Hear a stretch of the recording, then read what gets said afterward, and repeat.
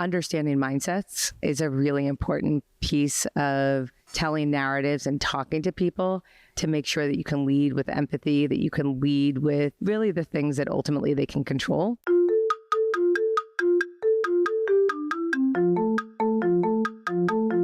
Are you a fitness-loving foodie? Then Defy Snacks is for you. Defy offers real, high-quality chocolate you love, combined with functional ingredients, giving you as much as 26 grams of protein per bag, so you can be both a little bit bad and a little bit good at the same time.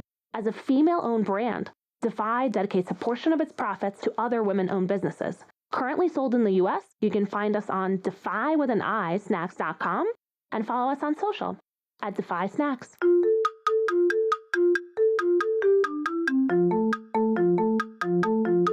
Hello and welcome to the Shiny New Object podcast. My name is Tom Ollerton. I'm the founder of the creative effectiveness ad tech platform Automated Creative. And this is a weekly podcast about the future of data-driven marketing. And it's Cannes Week, everybody. It's very exciting. And I am in a beautiful apartment. I think you call this an apartment? I would call this a beautiful luxury apartment. Does not look like my apartment, I'll tell you that. And we're being hosted by the wonderful Creative X. So thank you guys for hosting us again. 2 years running. I must have behaved myself, but that's where we are. But who I'm with is very, very exciting indeed. I'm here with Christine Maguire, who's Global Vice President, Commercial Business at Tripadvisor. Christine, welcome to Cannes. And for anyone who doesn't know who you are and what you do, could you give us a bit of background? I absolutely can. Thanks for having me. So I run the commercial business globally at Tripadvisor. For those of you that don't know Tripadvisor, it's obviously known as a global review platform, but beyond that, we really give travelers guidance and inspiration, planning advice, right through to booking and getting in destination and the experience like we're having here at Cannes, this beautiful location. I run the commercial teams, which effectively means enterprise brand partnerships, SMBs, so all of the local businesses you see here, we work with across France and all of the other countries. And then I run strategic partnerships, so bigger sort of licensing and syndicated partnerships. Well, that's a very fancy job, so I've got very high expectations of your content today. But what did you do before that? What were your kind of roles in the run-up to that gig? Yeah, I've had an interesting background. I came actually from a finance background. I am an Irish-American lady, the first generation. My parents were from Ireland, and came from very blue collar backgrounds. My mom was a nurse. My dad was in construction. So I'm the only one that actually took the delve into corporate America. And I started in finance, worked for a construction management company called Skanska, 2 accounts. One was IBM and another was the United Nations. And then I realized construction probably isn't the fit for me. So I went into media and I started at Vivo in the very early days of launching on YouTube and spinning off from Universal Music Group, and then Condé Nast. So then I went to publishing, which was a very interesting time to be there when print was evolving and changing and digital needed to be transformed in a big way. And then in 2019, I joined Tripadvisor and I went to the travel side, which has been incredibly rewarding in so many ways, but also turbulent if you think about the depths of a low in the pandemic and everybody being grounded and not traveling. You should do a book on changing industries. I think you're probably the most diverse in terms. The through line is marketing, media, advertising, but many different industries. So you've done lots of different things, but what has been that work screw up where you were completely red-faced and you're like, oh, I can't believe I've done that. But actually, in retrospect, you're really glad that it happened. You actually frame that really well. It's not just red-faced, spotty chest. Really, I wasn't a public speaker. I came from finance. I was more sort of in the background. And I started a job, I won't say which one, and my boss really believed in me. But 2 weeks in, wanted to put me in front of 500 people where I had no business context, no relationships. And I said yes. I mean, I think that was probably one of my key learnings is you really have to be ready for those moments. And I totally tanked. It was the most embarrassing 25 minutes standing up there in my life. And I think post that, I had two decisions, two paths. One was, I'm never going to do that again. Or two, I'm never going to show up like that again, and I'm going to grow from that. And thankfully, 12, 13 years, I, have evolved significantly, and I find it comfortable to speak and be in front of 500 people, whether it's organizations or public. But it was a moment for me of real self-reflection and saying, is this what I want to do? Do I want to get really uncomfortable to grow and continue to be in front of people, get comfortable with my words, get comfortable with my self-belief? So that was probably the moment for me and the inflection point that really, changed the course of sort of where I went, how I thought about, showing up for teams, showing up for clients, showing up for the marketplace.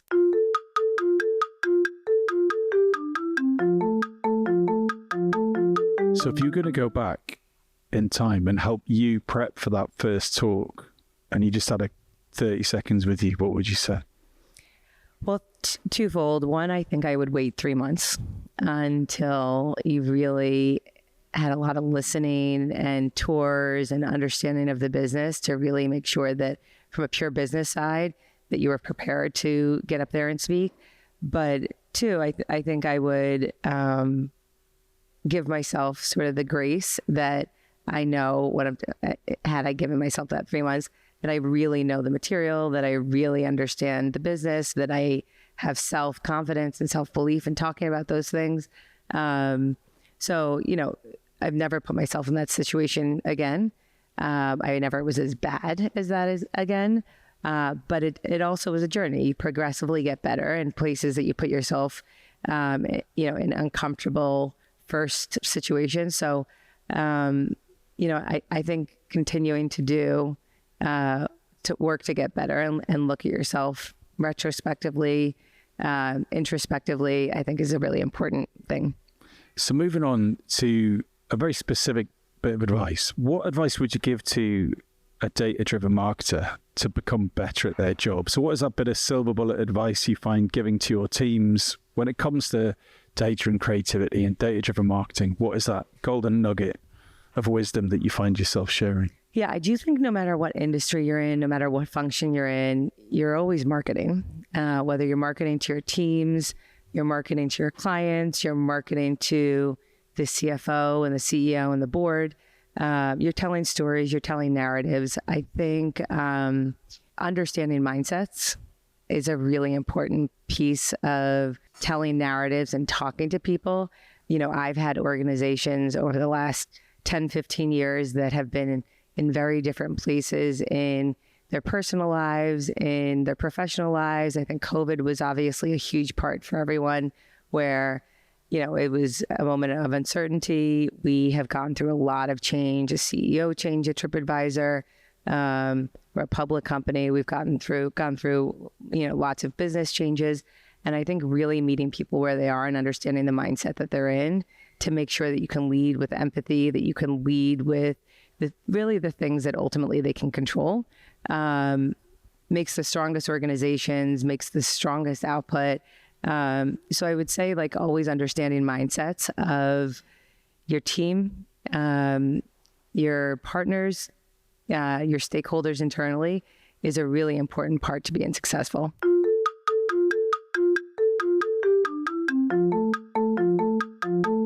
This episode of the Shiny New Object podcast is brought to you in partnership with MadFest. Whether it's live in London or streamed online to the global marketing community, you can always expect a distinctive and daring blend of fast-paced content, startup innovation pitches, and unconventional entertainment from MadFest events. You'll find me causing trouble on stage, recording live versions of this podcast, and sharing a beer with the nicest and most influential people in marketing. Check it out at www.madfestlondon.com. So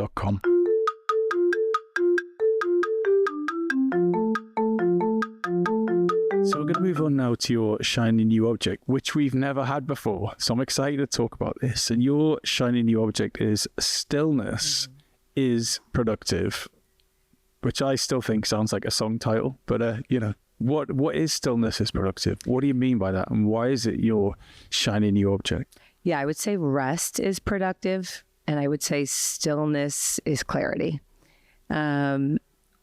I think we're all constantly running at 1,000 miles an hour and rarely take a beat. And in the last couple of years, I really invested in my own mental health and retreats and a coach and things to really make sure that I'm taking some stillness, having some self-reflection time, understanding where I want to spend my energy for my life, for where I want to take my career. And then what I find is when you take that moment, when you take that week of stillness, that day of stillness, you come back so much stronger. I think you come back with so much more clarity.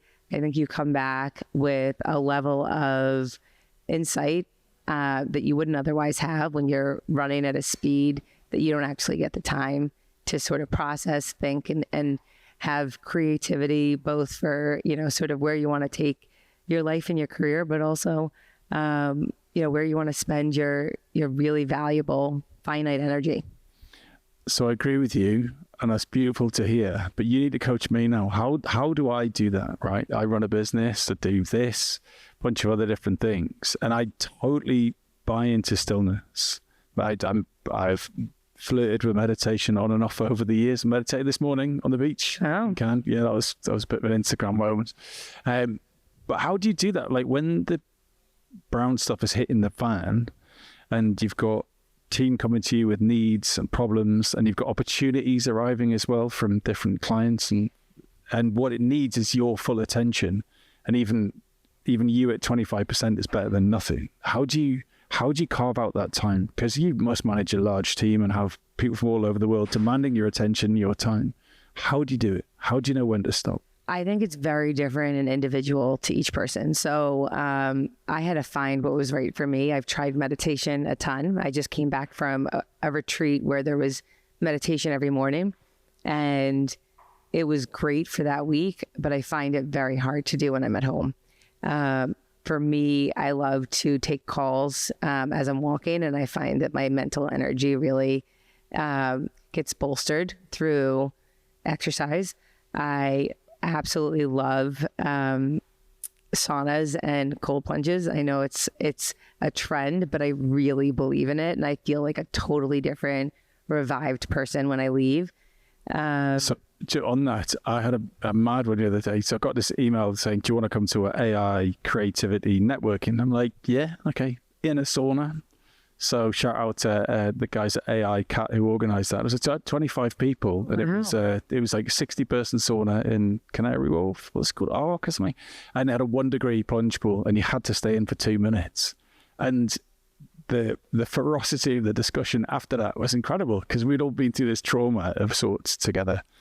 So I can, you can combine those two passions if you like. Yeah, I think I love those things. There's so many. I live in New Jersey, but I'm in New York a ton, and they have all of these communities now where you're doing those kind of things. You're not going to a bar. You're actually going to a place where you can meditate, where you can get spirituality, where you can do saunas and steam rooms and cold plunges, and then you bond over that. And then actually your mental clarity, your ideation, all the things that sort of come on the back of that experience is tenfold what it would be when you're in Cannes having a cocktail. Well, that's it. I think we're just moving into this kind of post-alcohol business world. You see networking events, and it's just this is an alcohol-free event. And it's like, will there be alcohol as opposed to has it been removed? Which I think is a subtle but important difference. And I think now that people are understanding that A, it's not right for a lot of people, but B, the connection and the excitement and the quality of that connection you get when you remove it can be better. Yeah, well, I think also when you hear stories of how it's changed people's lives when they've taken a step back away from those things and into a way more restful, good sort of health situation where they're spending their time and their energy on things that are fueling them versus things that are depleting them is great motivation for me. I still love to have my rosé here in Cannes, but when I go home, I'm in a very different schedule where I'm refueling and doing all the things that really give me that sort of stillness, clarity, and ultimately take my energy to where I want it to be. I'm reading a book at the minute. I was listening to it on the flight on the way over. It's talking about how to grow resilient kids, basically. And it was talking about, like, if you start thinking about everything around the brain, it becomes super interesting. Is this good for my brain? Not for my mouth or for my moment or whatever, but like, is this diet, is this dish complementary to what this needs? Because if that works, the most important organ in your body can deliver work, deliver being a partner, being a parent, whatever it is. And it's so interesting to start thinking about your whole output as being from the brain, as opposed to like what you put into your body. Yeah, that's the kind of stuff I love. I mean, there's studies done too of, the people you spend your time with is a really important aspect too, to your mental health and sort of where you get your energy and your clarity and your motivation from. And there's 3 phases to that. Before you go and meet with people, whether it's business or personal or family, how do you feel about going? Are you excited? Are you energized? When you're there, how does it feel? Is it energizing in the moment where the discussion is so fruitful and so energizing? And then how do you feel after? Do you feel depleted, or do you actually feel like it gave you a boost of energy? And that should really tell you if that's the place you should be spending your energy and your time, or is it something that you're doing because you have to see that family member, you have to see that friend that may no longer serve you. I think really taking a step back and listening in that stillness, that I think gives a lot of clarity, has so many forms, and who you spend your time with is a really important part of that.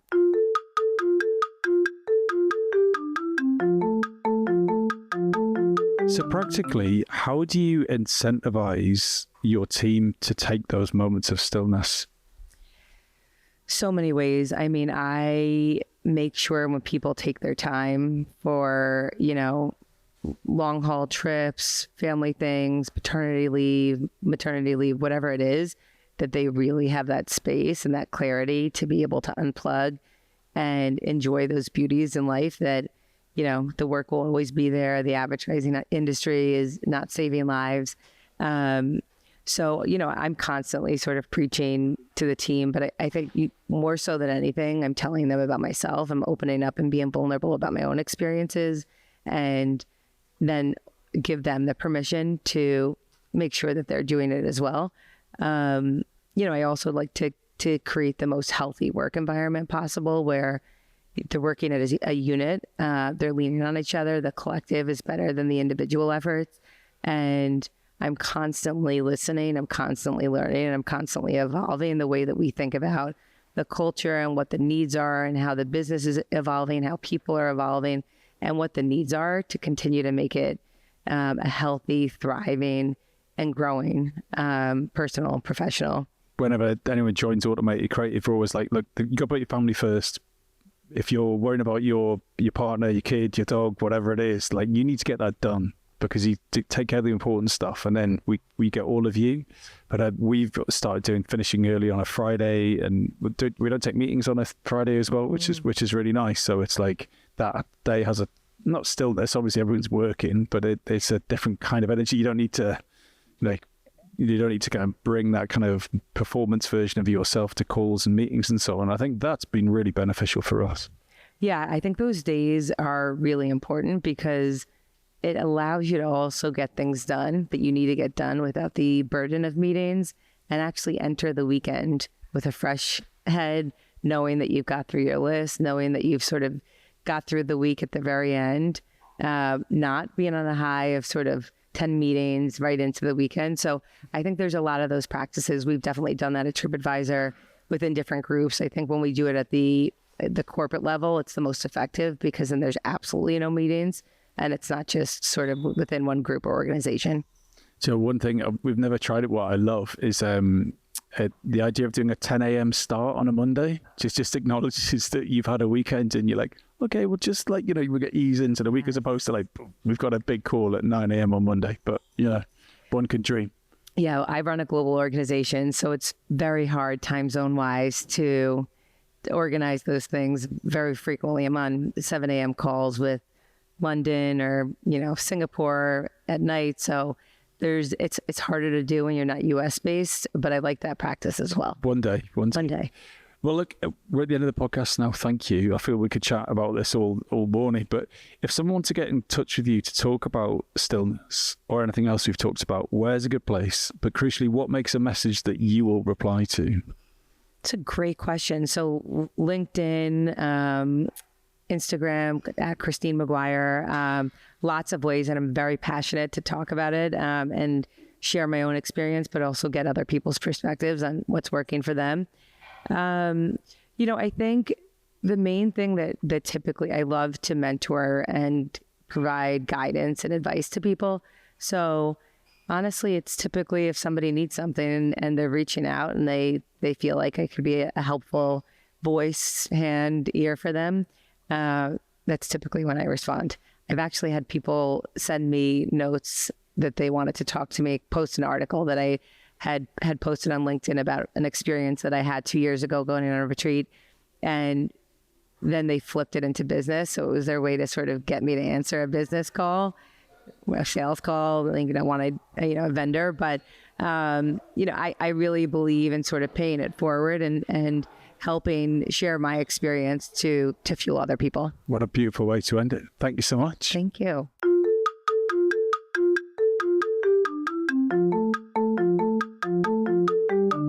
Hi. Just before you go, I'd really appreciate it if you could take the time to write a review of the Shiny New Object podcast on Apple Podcasts or iTunes, whatever it's called these days, or whichever podcast provider you use. We're an indie podcast, so it would go a long way for us if you could just share the word and give us a bit of a support on those channels. That'd just be fantastic. If you haven't got time, that's also cool. And yeah, if you could tell your colleagues about the podcast, and also, if possible, don't forget to subscribe. And I'd love to hear your feedback. If you'd like to speak on the podcast or be a guest, or you think I'm asking the wrong questions, anything, I'd be super interested to hear what you think. So please email me at tom@automatedcreative.net. That's TOM at, I'm not going to bother spelling it. Anyway, you'll work it out. Thanks so much.